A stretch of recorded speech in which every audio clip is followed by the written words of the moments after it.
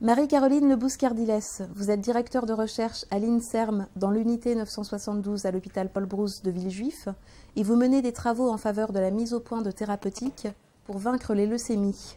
Quel est l'état de vos recherches aujourd'hui? Oui, alors moi, dans l'unité, en effet, nous travaillons sur la compréhension des mécanismes à l'origine des leucémies. Alors, qu'est-ce que sont les leucémies? En fait, les leucémies, c'est des maladies du sang dans lesquelles il y a une production augmentée de certaines cellules du sang. Ces cellules sont nécessaires à la lutte contre l'infection, les infections, contre les anémies, contre certains processus pathologiques.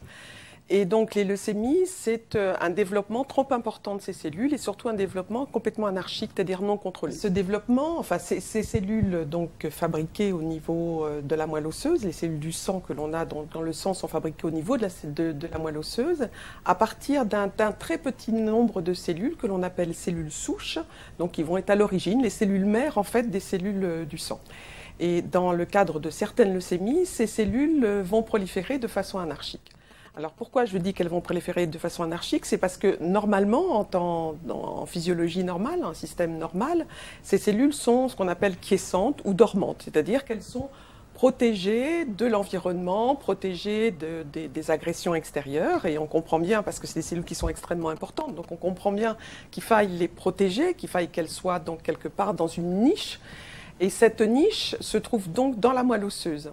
Alors cette niche, qu'est-ce que c'est? En réalité, c'est l'association donc de différents types cellulaires qui vont maintenir ces cellules souches hématopoïétiques donc dans cet état de quiescence, qui vont donc les protéger de l'extérieur.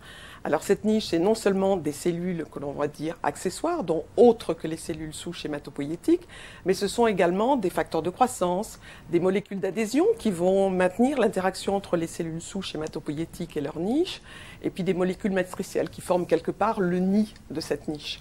Et donc toutes ces interactions sont extrêmement importantes parce que c'est elles qui vont justement permettre de maintenir ces cellules en quiescence, mais c'est elles aussi qui, quand elles vont être dérégulées, ces interactions, vont permettre à ces cellules souches hématopoïétiques de commencer à proliférer, à se différencier de façon soit normale quand on en a vraiment besoin, soit anarchique dans le cadre des leucémies. Alors nous, ce qui nous intéresse plus particulièrement, c'est justement de comprendre ces interactions entre les cellules souches et leur niche. Ce qui a été montré récemment, c'est que dans les leucémies, ces cellules souches, dites cellules souches leucémiques, restaient quiescentes, restaient dormantes dans leur niche. Et donc on ne pouvait pas les atteindre par les chimiothérapies actuelles. Les chimiothérapies actuelles vont tuer des cellules qui sont dites proliférantes, qui sont dans le cycle cellulaire. Et elles ne vont pas toucher les cellules souches qui sont quiescentes, qui sont dormantes. Donc certains niveaux, nouvelles techniques sur le plan thérapeutique vont être d'essayer de faire sortir ces cellules souches leucémiques quiescentes de leur niche pour qu'elles se mettent à proliférer et qu'on puisse du coup les cibler par la chimiothérapie. Alors ça fait partie des nouveaux procédés, des nouvelles avancées thérapeutiques, mais nous ce qu'on a pu mettre en évidence, c'est que la cellule souche leucémique est donc déjà pathologique, mais que sa niche également est pathologique. Et qu'en fait, ce qui pose problème, c'est aussi le dialogue entre cette cellule souche leucémique et sa niche régulatrice. Et que ce dialogue est anormal.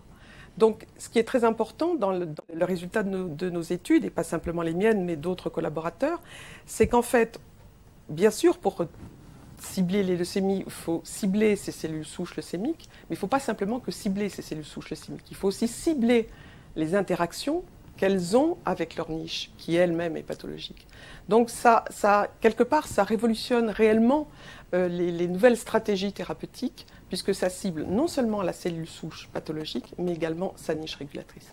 Donc voilà, notre équipe travaille avant tout sur ces interactions, et pour travailler sur ces interactions, on a créé des réseaux de recherche associant à la fois des cliniciens, des chercheurs, travaillant ensemble pour essayer de comprendre comment ces leucémies se développent, comment ces cellules souches et leurs niches sont dérégulées et comment, du coup, grâce à cette compréhension, on va pouvoir mieux cibler ces anomalies et donc apporter un bénéfice important pour l'établissement de nouvelles thérapies et bien sûr dans le but d'améliorer la survie des patients et d'essayer bien sûr de les guérir.